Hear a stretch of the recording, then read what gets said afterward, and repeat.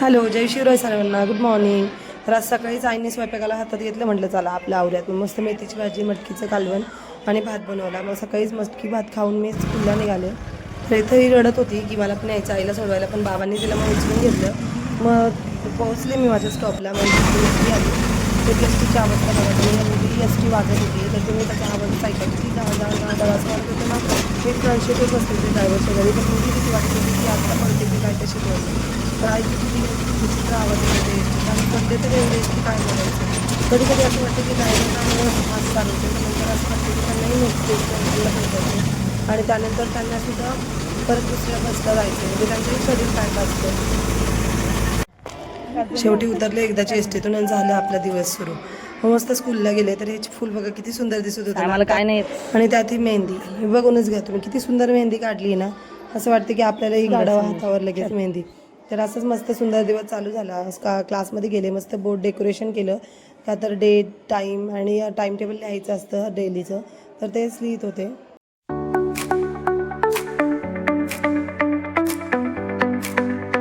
Board decoration झाल्यानंतर मी माझ्या क्लासची सुरुवात एका प्रार्थनेने करते.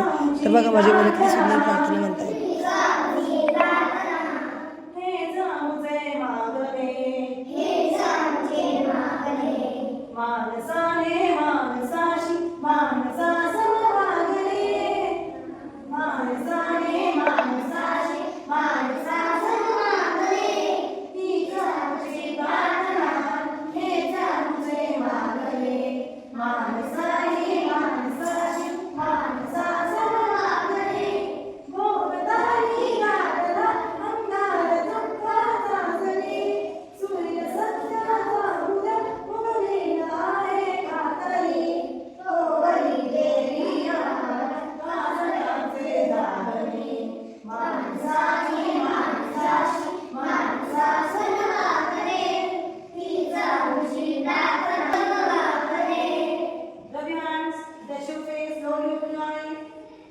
Okay, are you doing fresh? Yes. Sit down everyone. Thank you. अच्छा, हम लोगों को रहने के लिए छत चाहिए होती है, right? So we need that shelter. So are we living in the कच्चा house right now? अशी दिवसाची सुरुवात छान प्रार्थनेने झाली ना की आपला दिवसही छान होतो आणि मुलांनाही स्कूलमध्ये फ्रेश वाटतं. तिथे माझं लेक्चर चालू झालं. लेक्चर मस्तपैकी सुंदर झालं. मुलांनाही छान रिस्पॉन्ड केला आणि त्याला खिडकीतून मस्त ग्राउंड दिसत होतं. तर ग्राउंडवर 15 ऑगस्टची तयारी चालली आहे. मस्त इंडिपेंडन्स डेसाठी ग्राउंड सज्ज झालेलं आहे. तर मुलांचं थोडंसं प्रॅक्टिकल होतं. मस्तपैकी प्रॅक्टिकल कॅरी केलं. त्यानंतर मला थोडंसं काम होतं. भरपूर लोड आलं होतं कामाचा. त्यानंतर मस्तपैकी काम करून घेतलं आपलं.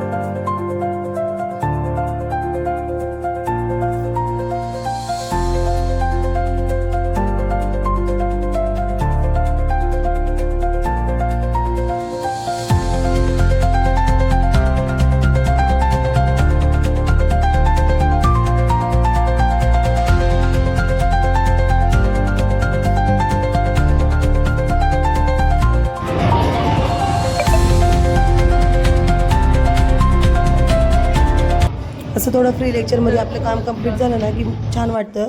वेळ पण मस्त जातो. आणि त्यानंतर इथं मुलांचा थोडा डान्स चालला होता. 15 ऑगस्टची तयारी चालली आहे. डान्स प्रॅक्टिस चालू आहे. तर त्याचंच थोडंसं म्हटलं क्लिप तुम्हाला दाखवून देऊयात. मग थोडंसं लेक्चर होतं फर्स्ट स्टँडर्डवर. तर मुलं खूप थकली होती. IT चं पिरियड होतं, पण लाईटही नव्हती आणि मग त्यांचं थेअरी तर झालेलंच होतं. मग म्हटलं चला थोडंसं ग्राउंडवर आपण खेळूयात. मग थोडं ग्राउंडवर त्यांना नेलं. त्यानंतर बघा ही फुलं किती छान दिसत आहेत ना. तर याला कागदी गुलाब, हा चिनी गुलाब आहे. तर हा मस्त फुलला होता. तर मग इथं मुलं यांना असं ग्राउंडवर नेलं ना, यांना एवढी मज्जा येते. यांना नुसतं खेळायचं असतं. मग मस्तपैकी झोके वगैरे खेळत होते मुलं, स्लाईड खेळत होते. आणि मग यांना म्हटलं चला तुम्हाला आता सिसो येतोय का बघूयात. मग यांना दोघांना बसवलं प्रॅक्टिस करायला सिसोची. तर यांनी छान सिसो खेळलं. मग त्यानंतर थोडं लेक्चर होतं 9th त्यांना थोडी थेअरी लिहून द्यायची होती. मग थेअरी त्यांना लिहून देत होते. त्यांनी मस्त थेअरी लिहून घेतली आणि त्यानंतर त्याच थेअरीचं आम्हाला प्रॅक्टिकल घ्यायचं होतं. त्यामुळे मी त्यांना एक्सप्लेन करत होते की how to open the Word आणि how to open that Excel file to drop the message there. मग त्यांना ते थोडंसं मी शिकवत होते. मग त्यानंतर आम्ही थोडं प्रॅक्टिकल करायला गेलो. मस्तपैकी मुलांनी प्रॅक्टिकल कॅरी आउट. स्कूल सुटल्यानंतर तिथे बसची वाट बघत बसले होते. त्यानंतर बस आली. तर बसची अवस्थाही परत पडली. एवढे खड्डे झालेत ना रस्त्याला, बापरे. म्हणजे खरंच. त्यानंतर बसचा तुम्ही आवाज ऐकाच कसा आवाज येतोय. पूर्ण असं वाटत होतं ना की आता आपण पडणारच आहे या बसमधनं किंवा त्या सीटवरनं सुद्धा खाली पडणार आहे, एवढं डेंजर. आतापर्यंत दिला नाही म्हणते ना, आता देऊ नका. पोहोचले एकदाची स्टॉपला. त्यानंतर मग न्यायला आले होते मला, मग घरी गेले मस्तपैकी. तर दादांनी आधीच भेळ करून ठेवली होती. भेळ खाता खाता कांदाही कापला होता, मग भेळ खाल्ली. भेळ खाता खाता या मॅडमचं खेळणंही चाललं होतं. तर म्हटलं ठीक आहे, काहीतरी गुतून आहे ना, काहीतरी करते ना. मग ABCD मस्तपैकी ती लावत होती व्यवस्थित. तर त्यानंतर तिला त्याच्यावर बसायचं होतं. आता ते काही बसण्यासाठी नाही आहे, पण आता कोण सांग. खाऊन झाल्यानंतर म्हटलं थोडं कामाला लावूयात. तर मी हा जे आणलं ना चिनूला, म्हटलं तो चला लावूयात. मग मस्तपैकी त्याला जागा केली लिंबोणीच्या झाडाखाली आणि नारळाच्या झाडाखाली. मग ते थोडंसं लावून दिलं छानपैकी. तर ही फुलं मला ना खूप आवडली होती, म्हणून मी तिथून थोडेसे. तर बघू जगतायत की काय होतंय. मग यांना लावलं आणि त्यानंतर मग इथं ना आम्ही जी काल लिली लावली ना, ती बाबांच्या गुरांनी लिली खाल्ली आहे. मग पाळ त्यांना ओरडत होतं की बाबांच्या गुरांनी 3 लिली खाल्ल्यात.